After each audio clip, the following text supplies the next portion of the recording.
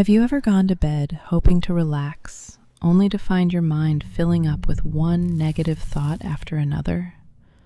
Maybe you start questioning yourself, worrying about something that hasn't even happened yet, or convincing yourself that something in your life is about to go wrong.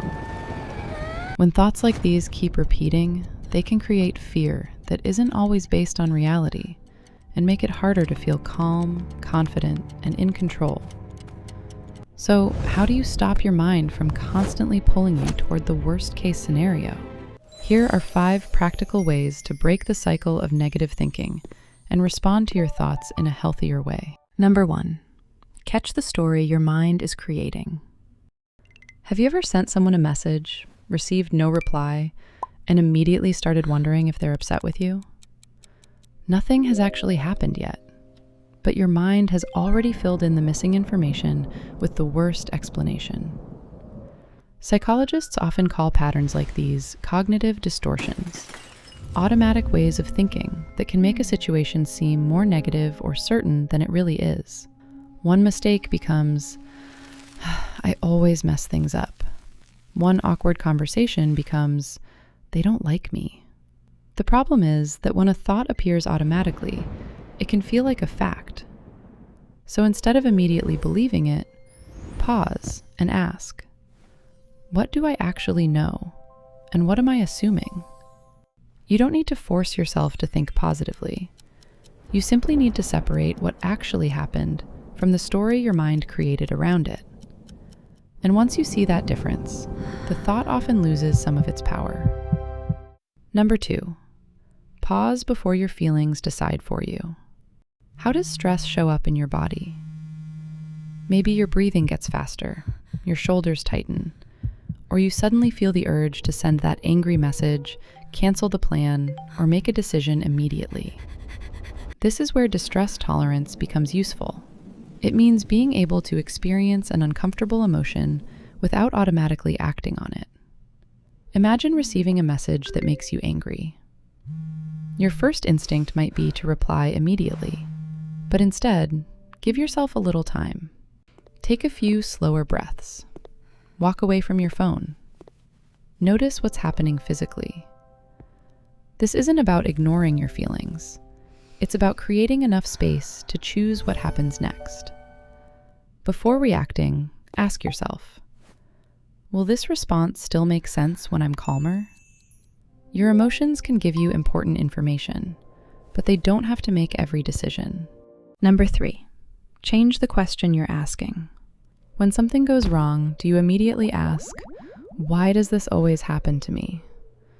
That question can make a difficult situation feel even more hopeless. A useful psychological strategy is reframing, looking at the same situation from another realistic perspective. Suppose you don't get an opportunity you really wanted. Your first thought might be, I failed, now everything is ruined.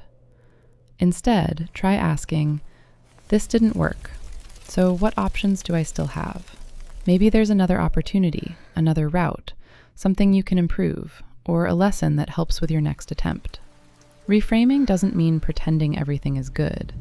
The problem can still be real. You're simply shifting from, I'm trapped, to, what's my next move?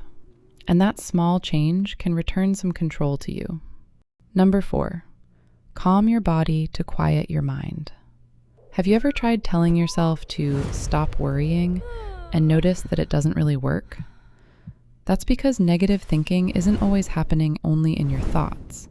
Your body can be part of the stress response too. Your breathing becomes shallow, your muscles tighten, your heart may beat faster. So sometimes, before challenging the thought, it helps to calm the physical reaction. Try taking several slow breaths. Notice your feet pressing against the floor. Relax your shoulders.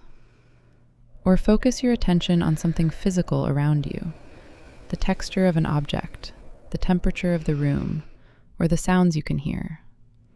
Then give yourself one realistic reminder. I don't need to solve everything right now. I only need to handle the next step. You're not trying to make the problem disappear. You're helping your brain move from reacting to thinking. Number 5, Get the thought out of your head. Do you ever replay the same problem again and again without actually getting anywhere? That's rumination. And when everything stays inside your head, one thought can start feeling much bigger than it really is. So give that thought somewhere else to go. Talk to someone you trust. Write down exactly what's bothering you. If you don't enjoy journaling, record a private voice note and explain the situation as if you were talking to someone else. Once you put a thought into words, something interesting can happen. You start noticing which parts are facts, which parts are assumptions, and what you're actually afraid of. You may not immediately solve the problem, but instead of being trapped inside the thought, you can finally look at it from the outside. Negative thoughts are going to happen. The goal isn't to never have one again. It's to catch the story your mind is creating. Pause before reacting. Look for another perspective.